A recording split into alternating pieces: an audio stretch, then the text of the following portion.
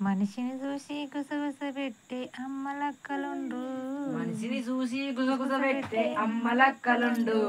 ఇల్లుకి ఇల్లు చిచ్చులు పెట్టే మహారాణులుండు. ఈ లోకంలో కొంతమంది గుణ ఎప్పుడు మారునరో.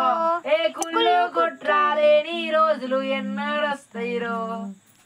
మనిషిని చూసి గుసగుస పెట్టే అమ్మలక్కలుండ్రు. నాకు పెట్టే ఇల్లుకి ఇల్లు చిచ్చు పెట్టే మహారాణి ఒక షాట్ పెట్టు. 60% షాట్ పెట్టు చెప్తా.